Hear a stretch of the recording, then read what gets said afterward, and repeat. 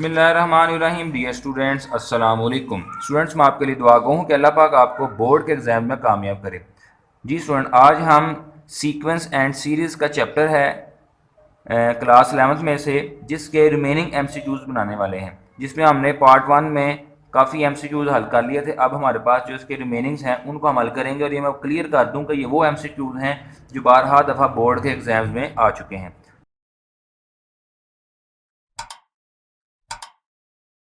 तो सबसे पहले एमसीक्यू देखते हैं कौन सा है। The product of an geometric means between A and B is equal to. An geometric means basically हमने इसका प्रोडक्ट ढूंढना है। अब हमारे पास जो इसका जनरल फार्मूला होता है वो ये आपके सामने लिखा नजर आ रहा है। ठीक है, अब हमें ये nth रूट नहीं चाहिए। हम क्या करेंगे, nth रूट को ख़त्म करने के लिए 1/n फॉर्म में लिख कर taking power n on both side लेंगे तो ये nth रूट ख़त्म हो जाएगा।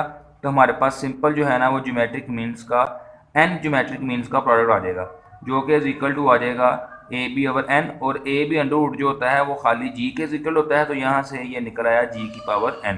तो sum of nth product geometric means is equal to G की पावर n।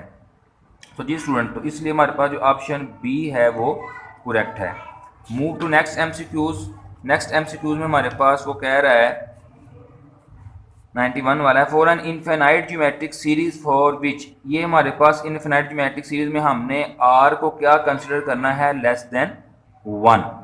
तो हमारे पास जो ज्योमेट्रिक सीरीज का फार्मूला होता है वो यहाँ आपके सामने लिखा नज़र आ रहा है, S N is equal to A one one minus R N. अब यहाँ पर हमने आर को क्या कंसिडर करना है, लेस देन 1, और इसकी पावर क्या है n। अब n जो है ना वो अप्रोच कर रहा है इन्फिनिटी को। ठीक है, ऐसे इन्फिनिटी हमने इनफिनाइट फाइंड करना है ना, तो n जो है ना इन्फिनिटी को अप्रोच कर रहा है, यानी कि n एक बहुत बड़ी वैल्यू हो सकती है। और r किस तरह की वैल्यू हो सकती है, 1 से छोटी, 0.9 है, 0.8 ले सकते, 0.7, कोई भी 1 से छोटी वैल्यू आप ले सकते हैं, और उसकी पावर इन्फिनिटी तक, यानी कि बहुत बड़ी पावर लेनी है। मैंने एक जस्ट एग्जांपल के तौर पर एक वैल्यू लिखी है 0.9, जो कि 1 से छोटी है, वो हमने आर की जगह पर पुट की है, और n पर हमने इन्फिनिटी के को कंसिडर करते हुए एक बड़ी अंदाजन वैल्यू ले ली है 1000। तो इसको अगर आप हल करें तो ये बहुत ही छोटा आंसर आता है, 0.0000 समथिंग। तो इट मीन्स कि ये अप्रोच कर जाएगा 0 को।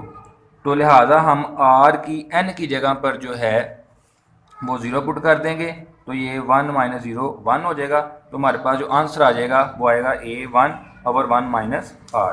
तो अब हम देखेंगे कौन सी ऑप्शन दुरुस्त है इसमें ऑप्शन डी इज करेक्ट।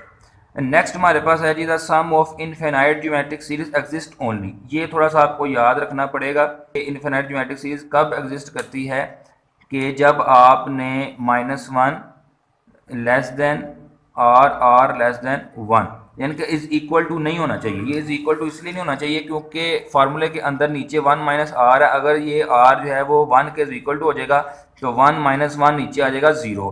तो किसी भी फ्रैक्शन के अंदर 0 नहीं आना चाहिए, क्योंकि फिर उससे मैथ एरर आ जाता है। तो ऑप्शन ए इज करेक्ट जी। For any two numbers A and B, 2ab over a plus B, ये आपने याद रखना है। ये एक फार्मूला है 2ab over a plus B. ये पूछ रहा है ये किसका फार्मूला है, तो ये अरिथमेटिक मीन का नहीं है, ज्योमेट्रिक मीन का नहीं है, ये हार्मोनिक मीन का जो है हमारे पास फार्मूला है। यहाँ मैं जो है ना वो आपको ये लिख के दिखाए हैं आपको मैंने फार्मूले के। अरिथमेटिक मीन का जो है वो a प्लस बी ओवर 2 होता है, ज्योमेट्रिक मीन का A B over under root होता है, और हार्मोनिक मीन का 2ab over a plus B होता है। तो लिहाजा option C is correct. Similarly the harmonic mean between A and B, फिर वही बात उसने पूछी है, एमसीक्यूज में हार्मोनिक मीन पूछ रहा है, तो उसी तरह ये इसके ऑप्शन सी इज करेक्ट है, 2ab over a plus B. Harmonic mean between 3 and 17, 3 and 17 के दरमियान हमने हार्मोनिक मीन फाइंड करना है। तो ये हमारे पास हार्मोनिक मीन का फार्मूला था 2ab over a plus B. तो हमारे पास a और b की वैल्यू 3 और 7 की फॉर्म में है, तो हमने वो पुट किया। कैलकुलेटर से हल करेंगे तो हमारे पास हार्मोनिक मीन का आंसर आ जाएगा 21/5। तो इसमें हमारे पास ऑप्शन बी जो है वो करेक्ट है।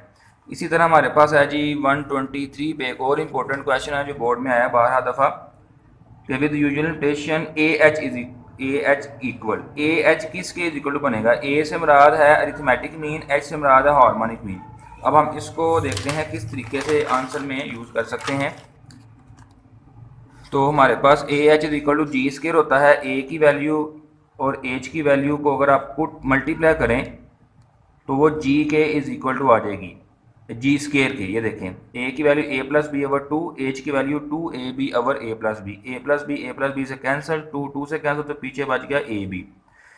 तो अब हमारे पास जी जो होता है वो ए बी अंडर रूट होता है, तो अब इसमें हमें अंडर रूट नहीं चाहिए, तो स्केयर के साथ इसको रिप्लेस करेंगे, तो लिहाजा A B is equal to आ जाएगा जी स्केयर, तो A H is equal to G square बनेगा।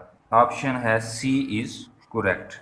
इसके बाद नेक्स्ट है जी कि if A is equal to -1 B is equal to 5, तो A cross H is equal to, इसको भी आप जस्ट वैल्यू पुट करेंगे, A cross H is equal to निकला था ए बी जो हमने पीछे अभी ड्राइव किया है, ए की जगह -1 और बी की जगह 5, तो हमारा आंसर आ जाएगा -5। तो इसमें हमारे पास ऑप्शन ए इज़ करेक्ट। जी स्टूडेंट, उसके बाद आखिरी हमारे पास एक टॉपिक आ जाता है जिसको बड़े ही ध्यान से आपने समझना है। इसमें हमारे पास एमसीक्यूज है कि समेशन लेना है, ये सिग्मा समेशन का साइन है, के इज इक्वल टू 1 और n तक जाएगा और 1 इसकी वैल्यू को आप लेके हल करेंगे। अब देखिए इसको कैसे करेंगे। ये हमारे पास एक जनरल फार्मूला है इसको फाइंड करने का, ये आपको याद होना चाहिए, के की m माइनस के माइनस 1 की पावर m, और ये इज इक्वल टू आता है n की पावर m। अब यहाँ पर आपने इस MCQs को हल करने के लिए जिसमें ये 1 है, तो यहाँ पर आपने m की वैल्यू भी 1 रख देनी है। तो जब आप m की जगह पे 1 पुट करेंगे कुछ इस तरह की कंडीशन आएगी, k माइनस 1, तो इसके पीछे माइनस है तो साइन चेंज हो जाएंगे, माइनस k प्लस 1, यहाँ से k से कैंसिल हो जाएगा और पीछे खाली रह जाएगा 1। तो summation k is equal to 1 into n, 1 किसके इज इक्वल टू आ जाएगा n के, क्योंकि यहाँ पर हमने m की जगह पे 1 पुट किया था, तो ये हमारा आंसर आ गया। तो ये अभी हम जितने भी MCQs करने वाले हैं उस सब में यही फार्मूला यूज़ होना है, तो ये आप लिख कर याद कर लें। अच्छा, तो यहाँ पर जो हमारे पास 129 वाला MCQs था उसमें हमारा जो आंसर आएगा वो ऑप्शन बी वाला है n।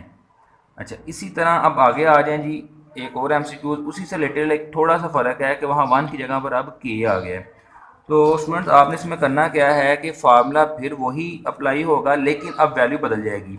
वहाँ पर हमने m इज़ इक्वल टू 1 लिया था, अब यहाँ पर एक वैल्यू आगे चले जाएंगे, यानी कि m इज़ इक्वल टू 2 लेंगे।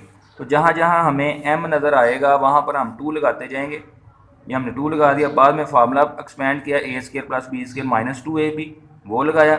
उसके बाद पीछे माइनस था, माइनस की वजह से तमाम तीनों वैल्यूज़ के साइन चेंज हो गए। उसके बाद के स्केयर माइनस के स्केयर कैंसिल हो गया, पीछे बच गया 2k माइनस 1, इसको मैंने अरेंज कर लिया 2k माइनस 1।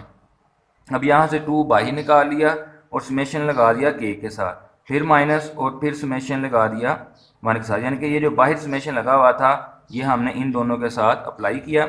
तो यहाँ पर हमारे पास ये हमने ऑलरेडी पीछे फाइंड किया हुआ है, summation k is equal to 1 जो है वो n के इज इक्वल टू था, ये जो चीज़ है ये अभी हमने पीछे ये निकाली थी कि ये n है, तो यहाँ पर n लगा, ये माइनस n उधर जाकर प्लस n हो गया।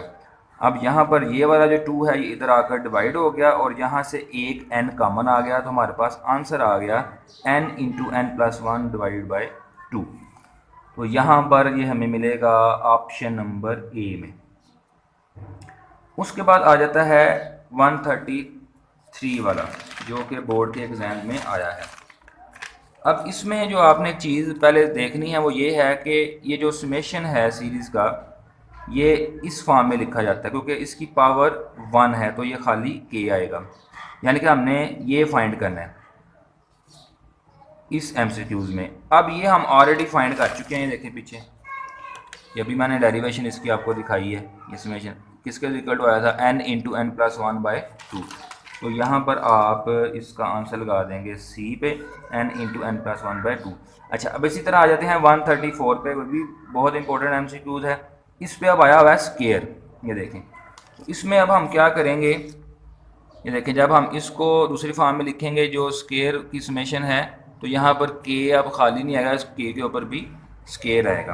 अब k के ऊपर स्केयर आएगा, फार्मूला फिर वही लिखेंगे, ये देखें, लेकिन अब इस दफ़ा m की एक वैल्यू और बढ़ा देंगे, यानी कि 3 पर आ जाएंगे।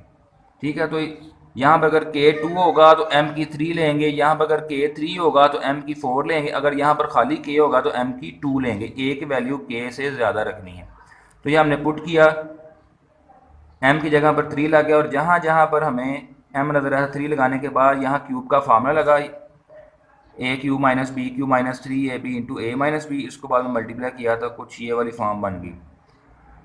उसको यहाँ पर हमने ब्रैकेट ओपन करके साइन चेंज करके यहाँ लिखा, वहाँ से के क्यूब से कट गया, बाकी ये 3 टर्म हमारे पास रह गई। के स्केयर वाली के साथ समेशन लगा दिया, उसके बाद के वाली के साथ समेशन लगा दिया और कांस्टेंट वैल्यू के साथ समेशन लगा दी, और उधर उस तरफ है एन क्यूब। अब ये भी हमने पीछे फाइंड किया हुआ है, ये खाली एन है, इसकी जगह पर एन लग गया।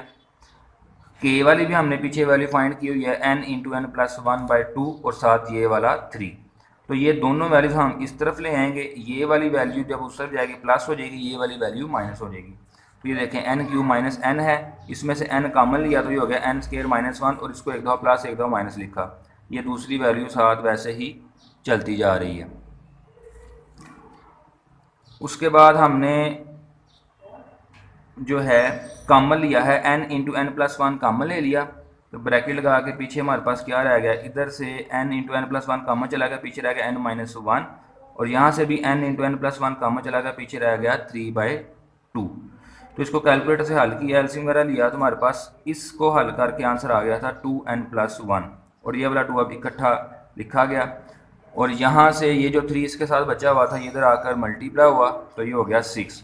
तो हमारे पास जो के स्केयर की वैल्यू आ गई वो n into N plus 1 2n plus 1 divided by 6।